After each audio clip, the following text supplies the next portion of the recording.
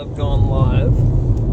As you can see, I'm driving. I'm going to go talk to my doctor right now because I just received word from the California Appeals Board that my disability has been denied.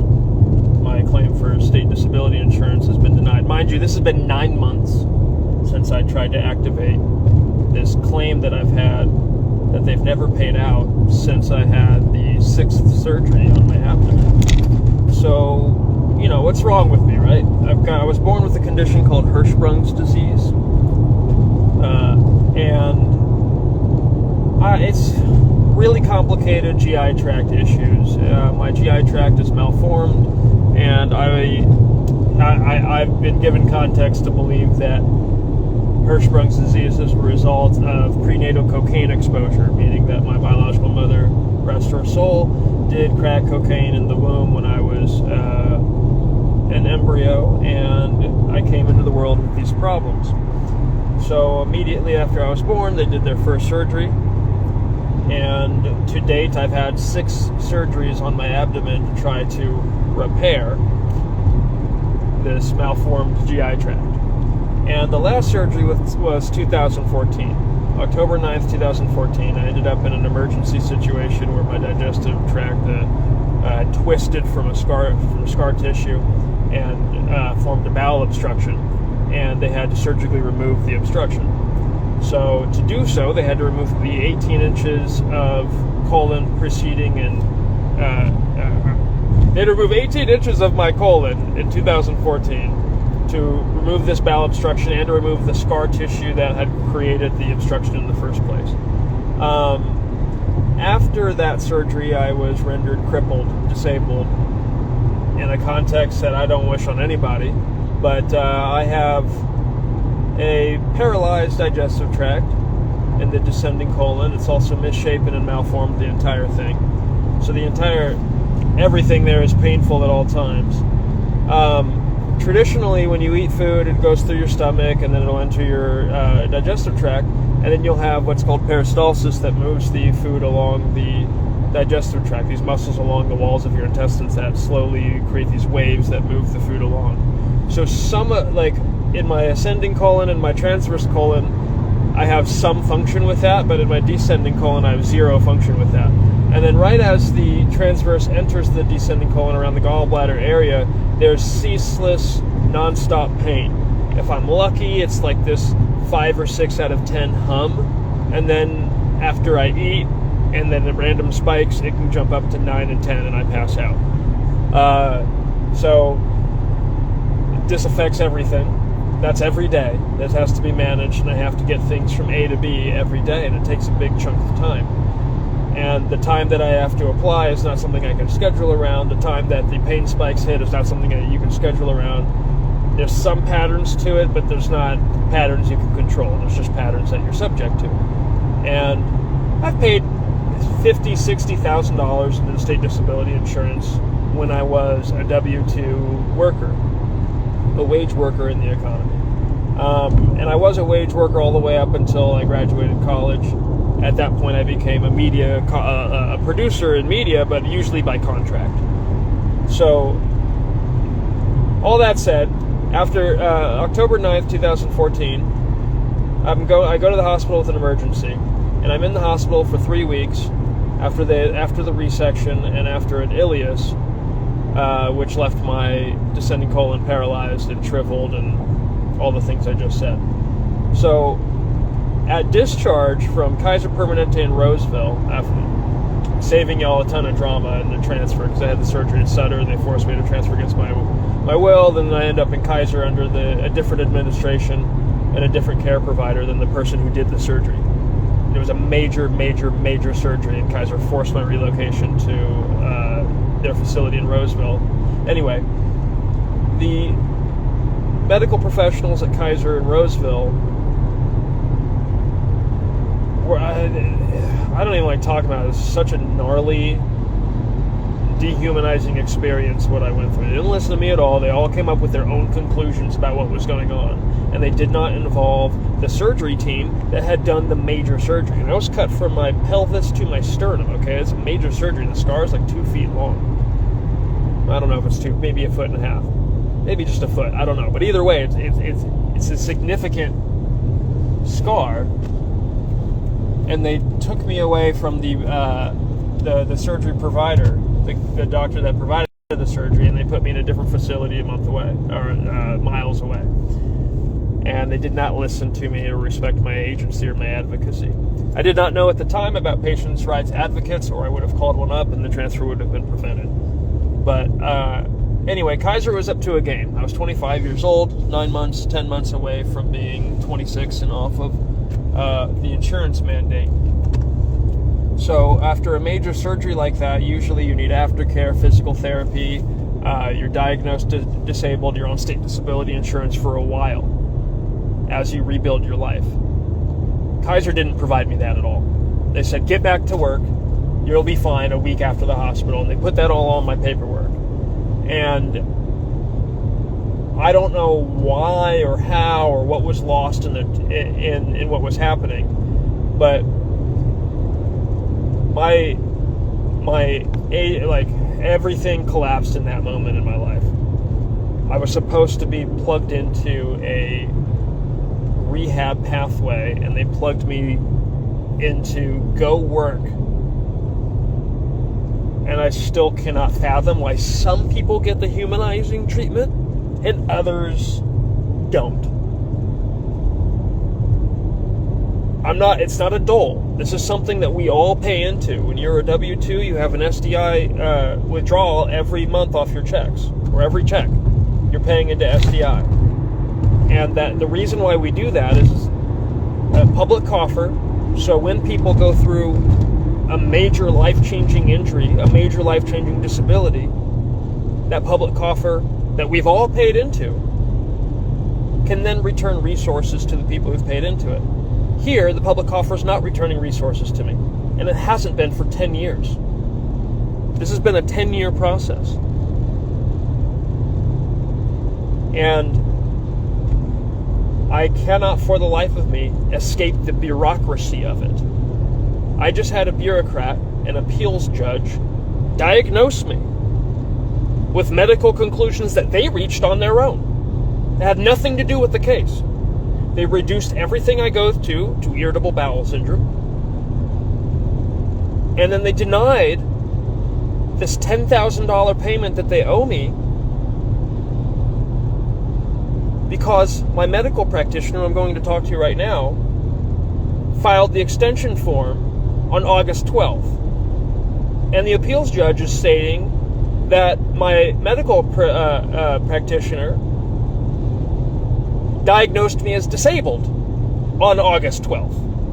And that diagnosis wipes out the previous disabled diagnosis from October 9th, 2014. This is an appeals judge making major medical decisions for me, controlling my access to the state disability insurance that I've paid into, and they're making shit up.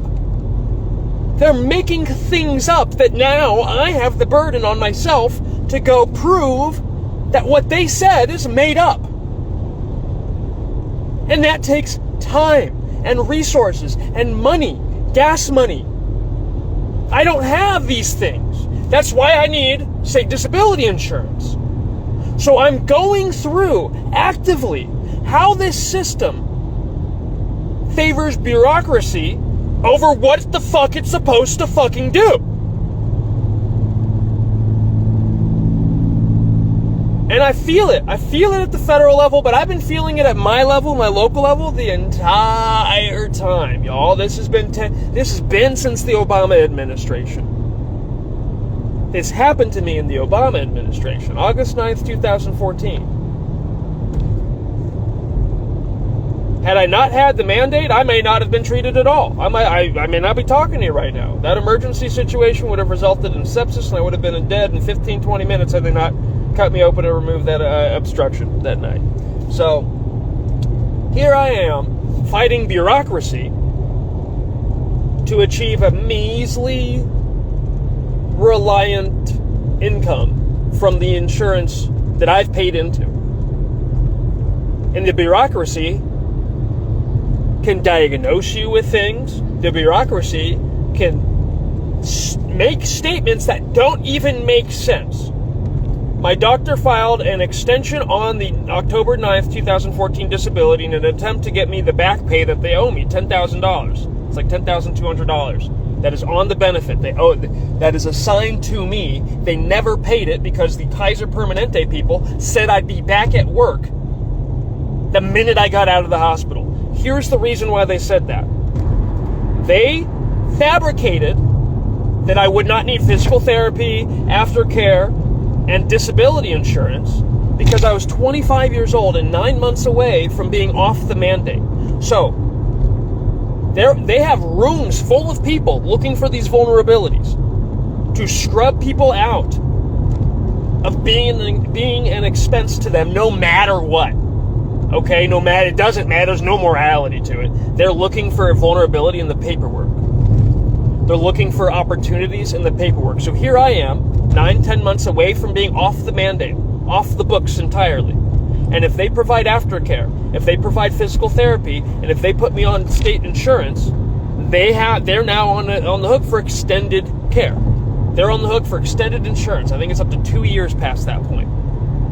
So they fabricated and manipulated me in real time. I didn't know any of this. I hadn't gone through something like this before. And they manipulated, and nobody is around me to advocate for me. It's the curse of foster fucking care. The only people around me, I try to be grateful. I try to approach it with as much gratitude as possible, but I very much am transacted as a tool for emotional gratification. My stability, my health, me, I don't matter at all. The person that I am does not matter what the fuck soever. It could be any of you. It could be any of you. Assigned the name Kim and expected to tap dance for strangers that bought you from the state, okay? That could be any of you. And if you're a parent, imagine how angry you would be if the state came along and told you for whatever struggles that you're going through that you're unfit and they're going to take your child away and sell it to a stranger. Because that's what happened to me. So a lot of what's going on now in the politics, I'm with y'all, I am with y'all. Don't get me wrong. But it's not new. And you need to stop pretending that it's new. Because it's insulting. It's utterly fucking insulting to people like me that have been going through it the entire fucking time. I've been going through it so you don't have to. So some bureaucrat, some appeals judge, tells me a person who has had 6 surgeries, I've been cut in half objectively twice. In half. Side to side, sternum to pelvis. My abdomen has been cut in half. Twice. And some person reduces that to irritable bowel syndrome in their judgment, states that the October 9th diagnosis of grave disability, and with a repeated diagnosis in June of 2019 of grave disability, these diagnoses don't count because the appeals judge has contextualized my practitioner's filing date of the extension as a new disability. And the other ones now don't count. And so these points that they made up from thin air, I now have to go through months. Okay, months. This doesn't take days. This isn't a quick little cleanup. This is now another few months of process that I have to fucking go to prove this bureaucrat, an appeals judge, wrong. I have to prove to an appeals judge diagnosed me with irritable bowel syndrome, despite that not being anywhere on my fucking record, and now I have to go prove them wrong. To get insurance I fucking paid into. An appeals judge said that the October 9th diagnosis of disability doesn't matter because the appeals judge can state that an extension filing is a new disability that wiped out the previous disability. And this new disability doesn't have the insurance apply to it. This is all manipulation. It's all bullshit. And I would be here if the cleanup was focused on that. But it's not. It's not focused on that. It's not focused on the pain that this system causes people like me. Like, my car's not registered right now, right? Like, I can get pulled over right now. The car's not registered. So if that gets towed, I'm fucked, right? California, get rid of car registration, you fucking goons. What the fuck is wrong with you? The fuck? We should not be paying a yearly tax. You know what cars we have. Fuck off. Paying you $500 a year so you know what car I have. No, and get a little sticker. If you don't have the little sticker, the cops can harass you. Fuck you! That's bullshit! That's pay $500 to the state for the privilege of not being harassed. And who can't afford that, right? It's fucking bullshit. All of it's bullshit. So the insurance I paid into won't register the car because the appeals judge has made up shit that now I have to go defend myself against. Okay, I don't want to be subject to this at all. My problem is I cannot transact time for value in the economy. But nobody seems to fucking understand that. When you have constant fucking pain, chronic pain, you cannot show up on a schedule for other fucking people. What the fuck is wrong with the entire society to expect that of people?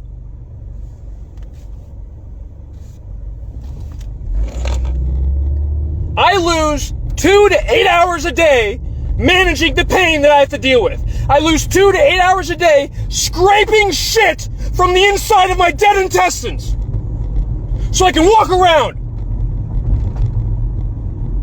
I cannot show up on somebody's fucking schedule. I have created a solution for myself with the authority over the skill that I built for 20 fucking years in media production. But everybody and their fucking mother wants to use my work for negative opinions about the work. Like you're Simon fucking Cowell. Buy a bear for $10 and sing on it. Launch a merch line that will make you $60,000 if it sells out. I've been doing this for 20 fucking years. You sing on a bear and you sell merchandise. Okay? You play with laser swords in space and you sell toys. This is not a hard recipe. We are co-publishing that success together, to share it together. We usually co-publish that success and focus the success on some asshole.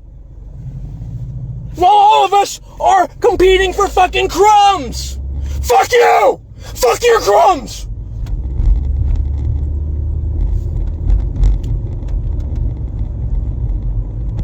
Fuck the marquee! The marquee is bullshit! That's the psyop! It's got you all wrapped around wanting to feel important. Well, guess what? I've been in the marquee for 20 fucking years. I've rode the dragon. I produced a lot of the shit that y'all love. I produced millions upon millions upon millions of views. You can't even count the millions of views that I've produced. And I'm extending that expertise to my friends, family, and colleagues as the pioneer blockchain co-publisher, the fucking guy. And all of you want to sit there and opinion. We're all going to transact in sanctimony. We're not going to collaborate on each other's success. We're going to punish people for the opinions that we haven't earned. We're just going to come up with opinions and then punish people. Because that's the priority. The dopamine drip and the adrenaline drip that you get in your cognitive reality. It's a chemical addiction, you fucking morons. Right now, I'm maxing on cortisol. That's not a chemical addiction. This does not feel good. People submit their vulnerability to you in every communication if they're honest and authentic. It is your responsibility to be empathic and provide empathic service in listening to the individual and understanding what they are saying. But none of you want to do that. All of you want to find something to judge, just like the appeals judge. And now I've gotten a fucking appeals judge that has made medical diagnoses that I have to go prove wrong that have nothing to fucking do with my record. Because they're looking for leverage for a fucking opinion. Stop. Bored Ape Yacht Club is a 13 million, 14 fucking million, I don't know. Could be $1 billion brand. I don't fucking know. But I do know they launched a month after us as a co-publishing effort on the blockchain. And all of you married that and said, oh, we're going to judge the person who's been doing this before that by that. Because you're looking for fucking leverage. You're not looking to share success. You're not looking to feed your fucking kids. You're not looking to create a support system for your family. You're doing nothing. You're sitting there judging people for a dopamine drip. That's what that is. It's nothing. I study cognitive reality for a living. The media production thing is the thing that's supposed to be making me money. But since I can't show up on schedule on a 12-hour day, I can't earn a fucking living. And the state disability insurance that I paid into, I have to go prove medical diagnoses wrong that an appeals judge put into my life.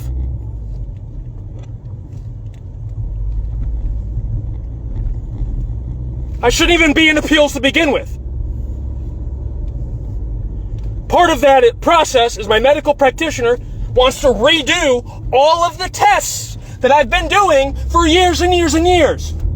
Because I switched medical practitioners. So now these people want to do new tests. They need their own fucking tests. No, I'm not shoving a bunch of barium up my ass again so you can get another x-ray. I almost died. I almost had a seizure and a heart attack at the same fucking time when you did that. I'm not doing it again. And they won't file the disability paperwork right as a politic. Sacramento Native American Health Center. Oh, you're going to have it from me today.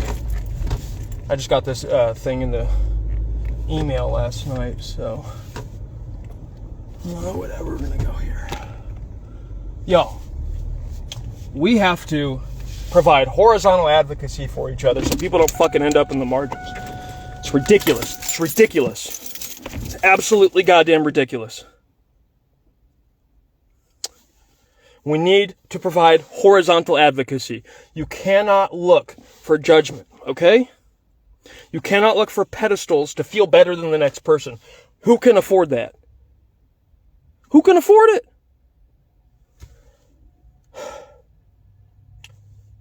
Get this through your fucking heads, all of you. Because you need to share me. You need to champion the original property developer on the fucking blockchain instead of forming fucking opinions and then punishing me for those fucking opinions that you have not earned. So listen to me. Let's do a what is this, because I'm talking to a bunch of people that are so lost in leverage seeking that you cannot process actual fucking information. The information that you're receiving, you're looking for leverage immediately to dismiss it and to rule it. Worried about a king. You're the fucking ass. You're the problem. You are the problem. What you see happening writ large is reflected in you, in your individual soul right now. Not you, my person watching live, okay? I see you, Bree.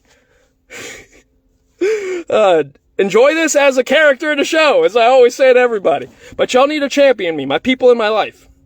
You all need to be like, hey, no. The blockchain intellectual property development market started at Let Me Out Productions, March 24th, 2021. It did not start on Hitler's birthday, April 20th, 2021, with the fucking SS Totenkopf Ape Club, okay?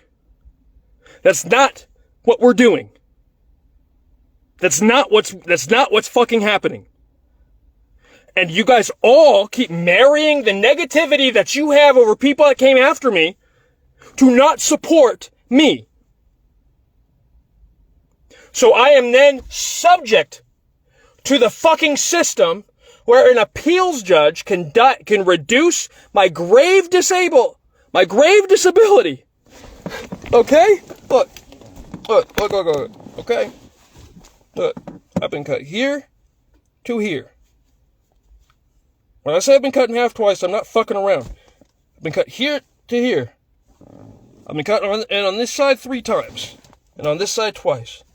And as you can see, I have active bruising and scarring from having to manage this with various tools and instruments just to get food to come out of this side and flow out of me.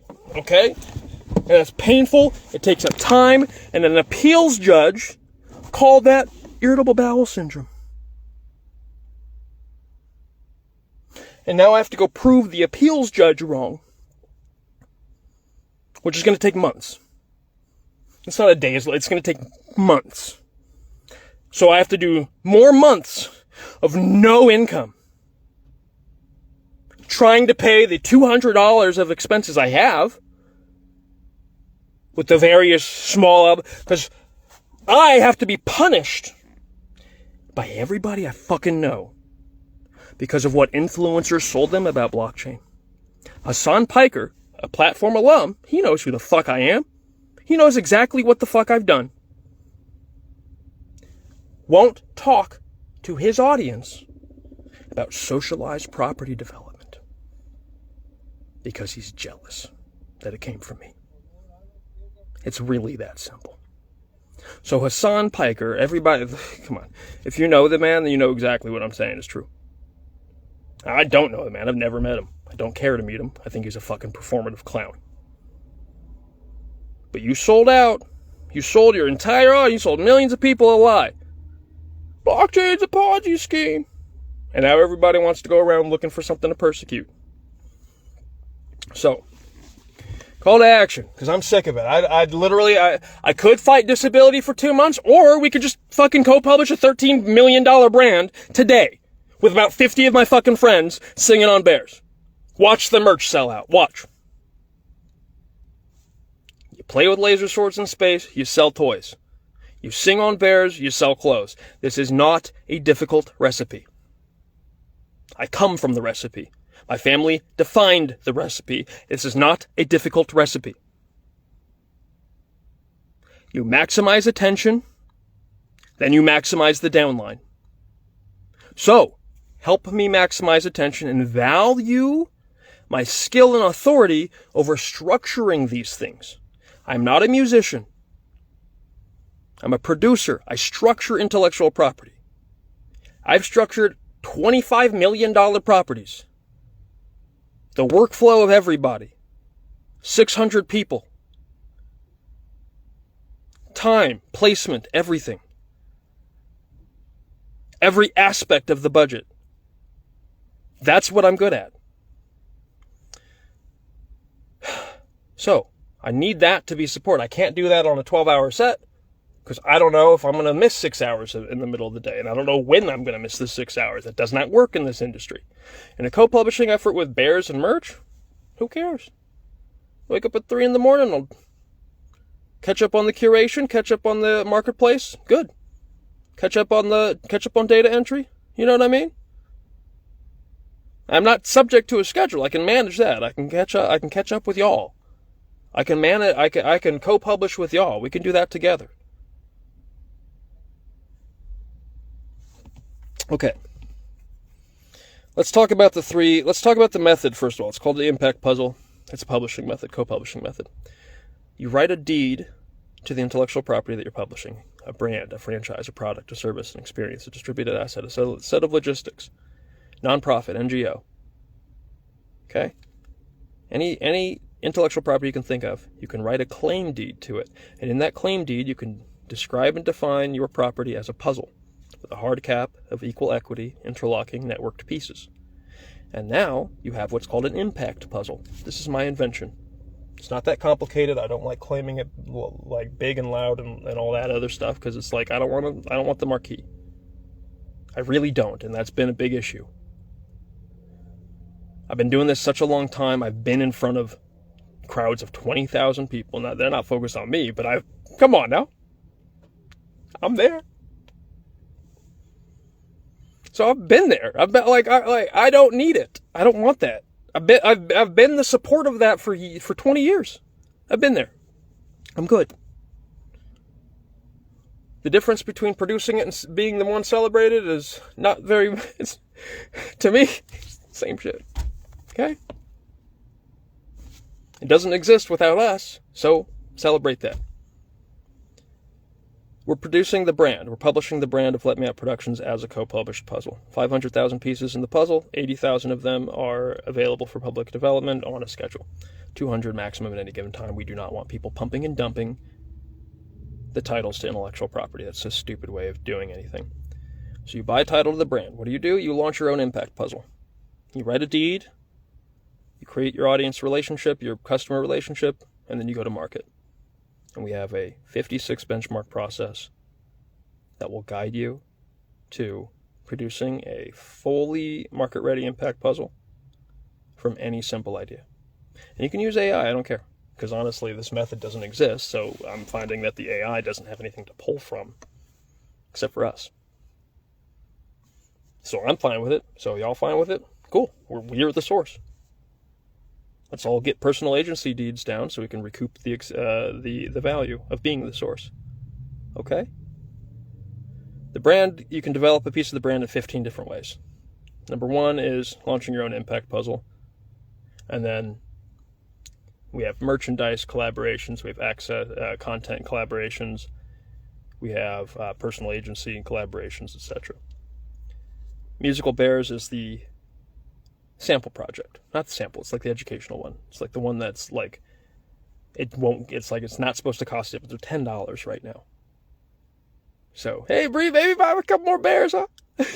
They're $10 right now. But grab a bear, then you sing a 1-minute song on your bear. Up to 1 minute. Minimum 17 seconds, maximum 1 minute song. If you're an actual musician, or you're really confident that I will accept a longer song from you, you could submit up to 3 minutes. But those will be rare. I'm going to have to turn a lot of them down. So Musical Bears, 5,777 bears in the puzzle. The entire puzzle is available on the market, or will be. It's on a schedule. Once again, no pumping and dumping. And you buy a bear, sing a song, curate, design, and price 8 pieces of merch for a co-published marketplace, and then make a new bear for somebody else. And then maintain your bear's lore. So it's a 4-step collaboration. You co-publish that. Here's the profit positions. You've sang your song. Well, we're going to package the music together. Every 26 and 27 songs forms an episode. Every 10 episodes forms an anthology, and we're going to sell distribution rights to the anthology. So what that means is that live streamers, YouTubers, Twitch streamers, etc. can buy distribution rights to the anthology and then play 10 episodes of Musical Bears, 270 minutes, on their stream, and have a go-to for breaks and things like that. And it could form a little microculture with all the little bear stories going on, and the audience is going to be discussing which bears are doing what, all that. And people will get into your lore. I guarantee it. People are going to get into your lore. People get into it. And these streamers will buy these distribution rights. I'll tell you what, because if they say, oh, you know what, I want to go nap, but I was supposed to stream today. So they can put on the bear musical for 2 hours and go take a nap. Now, the bears are up. Sang your song, your little 1-minute song. Let's say the episodes are receiving some advertising revenue from that distribution. Well, Let Me Out Productions receives 35 percentage points of that advertising revenue out of the 100%. Of those 35 points, 24 of those 35 points are distributed to the musicians. We do a couple points to charity, and I believe Let Me Out it receives 8 points overall from the advertising. So 24 to musicians, 8 to Let Me Out. And I think 3 to our charities. Now, you've also created a merchandise line with your bear. 8 pieces of merch, fashion, 1,000 units each in a very limited release. Streamer puts this on to an audience of 300,000 people, and they find out that the bear merch is limited edition. They really like your song. They really like the art of your bear that you sang on, and they go and somebody goes and buys the entire drip kit, all 8 pieces. Spend about $250 on the drip kit. It's not that much. It's actually astounding. It's like $250, $300 for the entire kit off a bear. But there's only 1,000 of them. So you maximize that. On average, everybody, all the designers and curators, the developers are receiving maybe 25 to 33% of the listed price of the merchandise and fashion units, which means that per bear, people are producing an average of $60,000 to $70,000 potential across from the merchandise, and they don't have to do it. You don't have to go order merchandise and print the clothes yourself. All of that's arranged. All you have to do is design it. Sit at home. Buy a couple bears. Buy 4 bears. Sit at home with you, your friend, you and your partner, and maybe two kids, and y'all all do it. Have fun singing the songs on the bears. Have fun designing the merch together, and then all sit down and draw a new bear together. Make a day of it. Make an afternoon of it. It'll be really fun. I guarantee you, it'll be so fun. Then submit. Give me a couple days to, we got a team over here, but as momentum builds, as resources build, I can hire more people from the community across from Bounty Systems to really get the co-publishing effort maximized. Because I can't do all the curation and data entry and all of that myself. So why not? We can all work for that success. You know what I mean? We can all share that success. So, we're co-publishing this. But you have to buy a title to the property to be a co-publisher in the property. Does that make sense? That's all a non-fungible token is. It's a title to co-publish in that property with the creator group or with the core team. So shout out to Bored Ape Yacht Club. Now, I don't like your SS Totem Conf logo. I'm sure a lot of people don't. The whole April 20th thing, that's 420, so we will forgive that. But in combination with the SS Totem Conf logo, it looks horrible, right? With what's going on in the world. Oh, and I should clarify, I believe 3 of the 4 founders of the Bored Ape Yacht Club are Jewish people. So in a way, as a black person, I can kind of understand that they're kind of looking at that as like their N-word. You know what I mean? Like they're trying to reclaim some of this offensive imagery. But so in that sense, I can't really police it. I really can't. It does make me uncomfortable that is such a loud, shining symbol that is defining co-publishing on the public notary service when we came first. Okay, so the brand, you co-publish a piece of the brand into your own impact puzzles, and you can do it as many times as you need. Everything you produce is market sovereign. If you want us to be the primary co-publisher on your property, you have to pitch to our creative board and to the collective of property owners, and we all vote on what we're going to co-publish together as the primary brand. Even I have to do that. How cool is that? We're doing a bear musical, the educational process of co-publishing a title in a collaboration. We're doing Press Pass Season 1. This is a Tier 1 streaming video on demand series. Season 1 out of the T1 streaming video on demand series.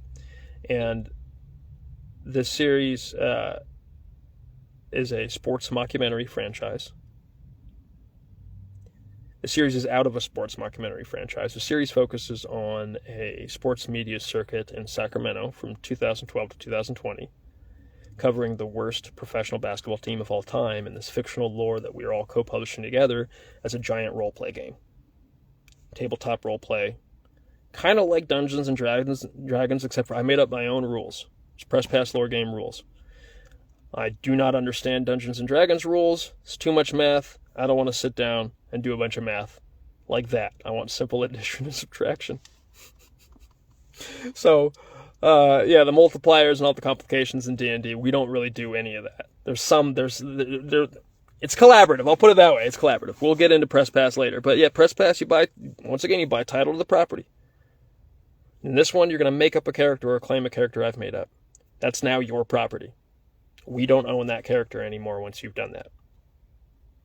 Or if you've created it, we never owned it at all. But what we do have is a license to use that character in the lore that you're creating and in the content that you've submitted. And if we need to, we can produce some content ourselves. But we have, you create a character, You register for the chapter that you want to role play in. The chapters are organized by the fictional teams and then by year.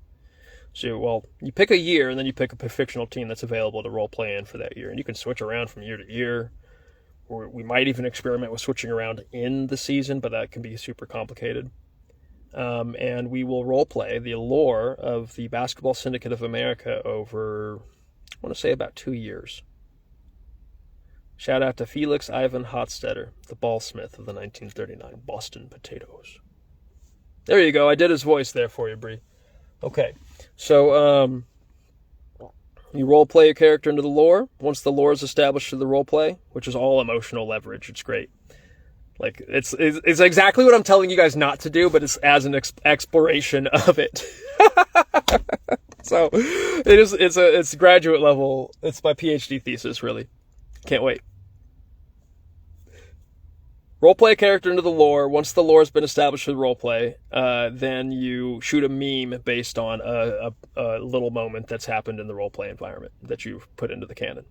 So, for example, we've already done a roleplay with Felix Ivan Hotstetter where we had 2 mascots in 1939 Boston. There was the real mascot of the Boston Potatoes, which was a baked potato buffalo pig chimera, and then a person that was running around in an imposter mascot costume, which was also a baked potato pig buffalo chimera, but like slightly lower quality with some like key changes.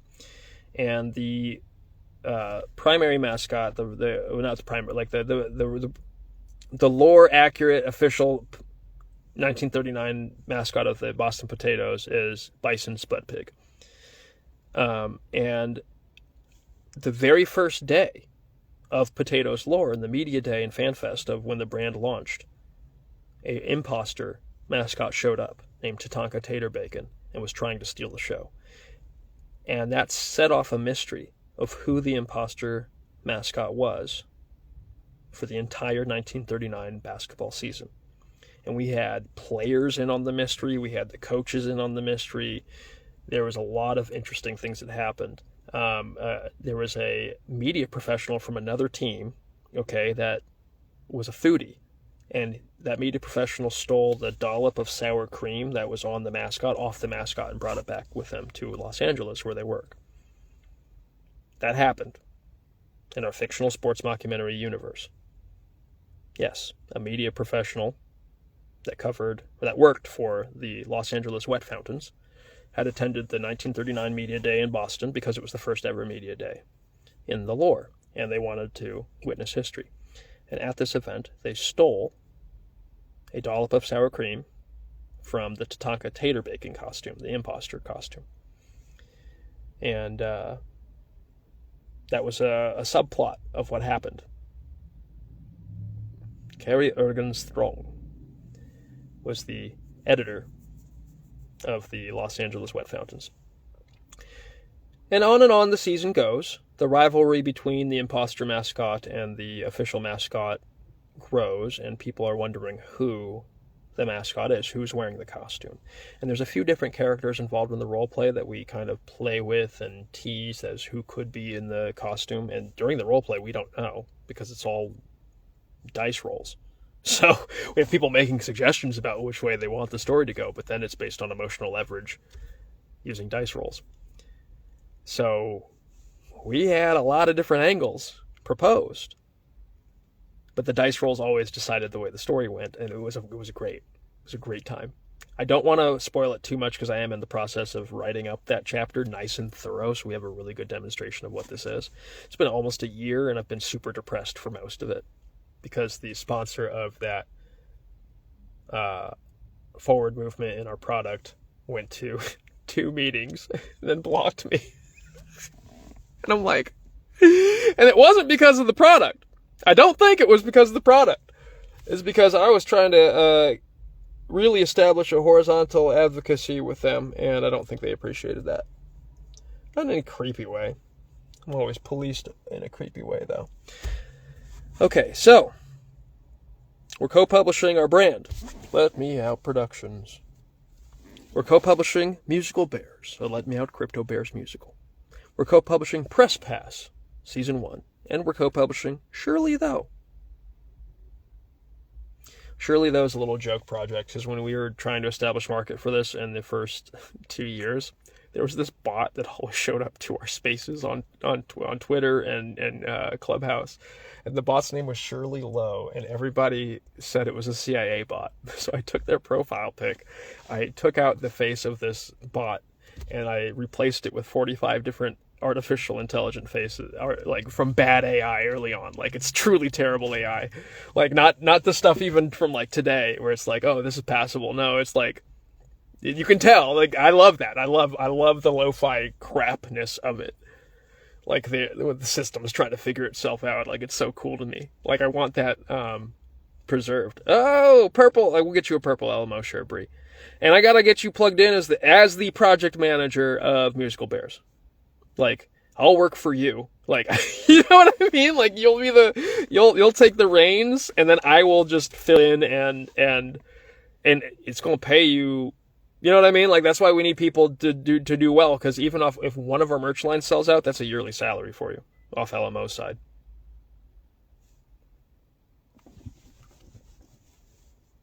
Yeah! How fun would that be? That's your full-time job, is checking in on the freaking build 3 or 4 times a day? Like, and just maintaining updates? You just, like, what? Like, it doesn't even take that much time. It's crazy. So that's what we're trying to get to. Bonfire Adventures, what's up? Oh, I love y'all. Okay. So yeah, we're co-publishing, y'all, and I want y'all to join me. If you have the means, buy a piece of the brand. It's actually all discounted right now, so I think I have maybe 4 or 5 pieces for like less than $200 a piece. But I would appreciate a sticker price of around $250 in your head, like a cognitive. Like right now, 2025, early 2025, the sticker price should be $250 to $300 for a piece of the brand. So if you're getting a piece of the brand for $250, $300, it's a huge steal. You launch an impact puzzle and that your tokenomics sells out. That's been life-changing for most people that have experienced that. Millions of dollars life-changing. They launch an impact puzzle and the pieces sell out. Life-changing. Turn that Bored Ape group into $13 million. Yeah. They launched a month after me. Same thing. Co-publishing, using a puzzle structure on the public notary service. They don't have anything to do with me. I didn't teach them anything. They're not affiliated. Like, we never talked. I just talk shit about them, and like, also kind of like, hey, we're notary neighbors. We're friends. And then I've explored building in their silo a little bit, but until there's like a big overture for being those notary neighbors, I got nothing. Yeah, I got you, Bree. We can even do it tomorrow. And get your bears up too. I want to get 117 and 118 up so we can get that, so I can do 119. We have 3 legacy bears up already. The legacy bears are super expensive. They're supposed to be like $1,200, but they're discounted right now for about $700, $800. One of them is done by a 12-year-old. So if there's somebody out there with the means to just like, you want to bless, just not only Let Me Out Productions in this process, but you also want to bless that kid, and you got $1,200, you got $1,000 you want to spend on the bear, I'll take that, because the bear, I think it's maybe $750 to $850, right? But like, do $1,000, and then anything extra, I'm gonna buy bears for other people. The ones that I make are like $10, $20. Now, when that kid gets his $400 or $500 from selling his bear, his legacy bear, he's gonna be super happy. But this is the reality we're creating for a lot of kids. So in the brand, when you develop a piece of the brand, you're really not creating any profit potential. Like, that's just hard to do. We do have a merchandise collaboration you could do with your brand pieces, like sell shirts and stuff like that with them on, but those are all limited. And that's really the only profit potential you can set up by developing a brand piece in co-publication or in collaboration with Let Me Out Productions. What you're really doing with a brand piece is you're setting up your own impact puzzle as a market sovereign asset, as a market sovereign approach. So Bree, in my audience right now, we've discussed this before. She could turn around and launch a whole nother animal musical on social media and just pick her favorite animal and be like, okay, I'm going to do, 2,500 lemurs. And we're going to do a musical lemurs. And then if she wants to make it part of the original franchise of musical bears, that's awesome. And then now we just do the same thing with lemurs. Let's wait till bears are done, but let's get a couple of years and then we'll do lemurs. And anybody can do that. I'd really prefer, that we're not doing a ton of social media musicals. I can't stop people. Like, I'm not patenting this particular co-publishing method of a social media musical, even though I could. It's ridiculous. Like, everybody have fun, but like, don't do what the market did and try to build what we've done without us. That keeps happening. I don't know what that's about, because we're not asking for money. Like, we're not asking for a lot of money. I am asking for value to be applied to the work. So we're co-publishing our brand. The main thing that you're co-publishing, the main thing that you're developing out of a piece of the brand is your own puzzle to take to market. I do want to be a part of your TED Talk. Let's do it. Let's stream. We're co-publishing musical bears. We're co-publishing a literal musical presentation that everybody can be a part of. And if you have songs like in your library that you want to test out, or you just have you have pipes, you have talent, just plug yourself into this. You got nothing to lose except for $10-15. What? Plug yourself in, because you don't know who's going to watch, and you never know if that one DJ is watching the Bear musical, having a good time, a little stoned, and they hear your vocals come through on a 1-minute track, and they're like, "Oh, I need that," and then they commission you for a song. You know what I mean? I literally can't even think of a single DJ. Like Armin van Buuren, is he still alive? Half these people are dead. So Armin van Buuren, like if Armin van Buuren listen to the Bear musical and it's like, oh, I really like that vocal sample. I need that vocalist on my next track, and they reach out to you and they want to pay you $50,000 for a sample. Plug yourself in to this. So we're co-publishing the music, we're co-publishing the merchandise. Let Me Out Productions is handling all of the merchandise, like our marketplace. We're handling the payouts, all of that. That's our job as a publisher, so nobody's going to go launch their own marketplace with their bears. You can once your collaboration's sold out. So if all 8,000 units sell out, you have full license, full open ability to go create whatever merchandise you want on the market with your bear, and you don't have to pay a single royalty to Let Me Out Productions ever. It's your property. You can do what you want. So we have my friend Bree in the audience right now. She has 2 bears, Philip the Bear and Prince Ugly Bear. So if all 8 pieces of Philip sold out, all 8,000 units, or all 1,000 units each, she could go take Philip the Bear, having maximized the collaboration with Let Me Out Productions, and go do whatever she wants. Say, Doja Cat, I want to put Philip the Bear on your album cover in this really small little sticker area over in the corner, and I want 5 cents an album for that.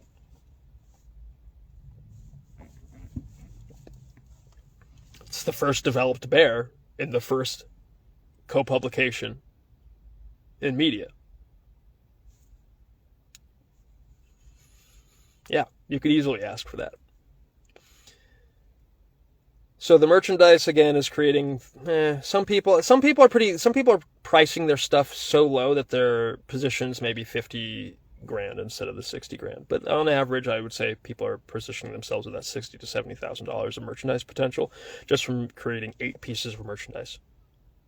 And a lot of people are saying, "Hey, just take the bear that I have, and they just put it right in the middle of the shirt." Guess what? That's a design that counts.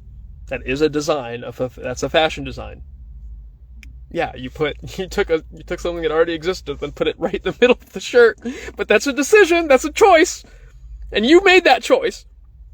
Which means that the publisher can pay you commission for the effort. And we're just notarizing that effort, baby, that's it. So, buy bears. Buy bears. I can't do a Trump voice. I don't want to do a Trump voice. Okay, and then make a new bear. We have a template that you can print out and go draw it up with like paint, markers, crayons, colored pencils, whatever have you. We have people doing nail polish bears. They're getting their old nail polish outs that they're not using and using that to paint their templates. That's so cool. That's going to produce some really nice sheen and stuff in the puzzle for those that are doing that. You can also do the digital version. I've got a digital template that you can plug into Canva. You can plug into photop.com if you have a computer. It's a free browser-based version of Photoshop. And then also just Photoshop itself. There's also GIMP, for those who know how to use that. It's also a free program. So then we're also co-publishing season 1 of Press Pass. You make up a character in the lore, you show up to 7 meetings to roleplay that character over 3 weeks, and then now that lore is canon. We do have some age requirements. We're going to make some adjustments to make sure everything's kosher for our intended audience. But I think everybody's going to be on the same page with that. We're not going to go roleplay the lore of Gotham without respecting the fact that there's a Batman and a Joker, right? So that's the same thing for Press Pass. We're not going to go roleplay the lore of this universe without respecting the Batmans and the Jokers of this world, which are all coming from up here.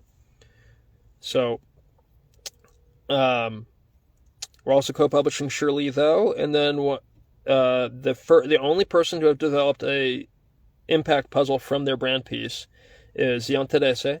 She's a restaurant owner in Sacramento, a very busy lady, so y'all have no excuse. Okay? She's like the busiest person I've ever met, and she still had time to develop an impact puzzle and get it on blockchain. And I forgot what the prospect for her brand is, but I think it's over $400,000 in potential just from getting it up. So that impact puzzle is called Pan-African United Community Advocacy, or aka POCA, P-A-U-C-A. And those pieces are for sale. They're about $30. And you develop them into merchandise, 400,000 units of merchandise. 4 pieces, 40,000 units of merchandise. 4 pieces, 10,000 units each. Crazy position. I haven't even done the math on that yet because I'm afraid to. But it's probably well over $250,000 per person that develops a POCA piece. You are developing newsletter presence in the Pan-African United Community Advocacy brand, which means that quarterly they're doing a newsletter that you can publish in. They do community tabling events, probably once or twice a month. That you can go set up a table and have actual, real ground advocacy for whatever you're selling or for whoever you're bringing to the economy or whatever cause that you have. And then once again, they're doing catch and release, because I tell people, don't be like Bored Apes. They made 10,000 apes ahead of time. That's crazy. Are you serious? It also creates a really bland situation in the art, because all of the art's decided ahead of time.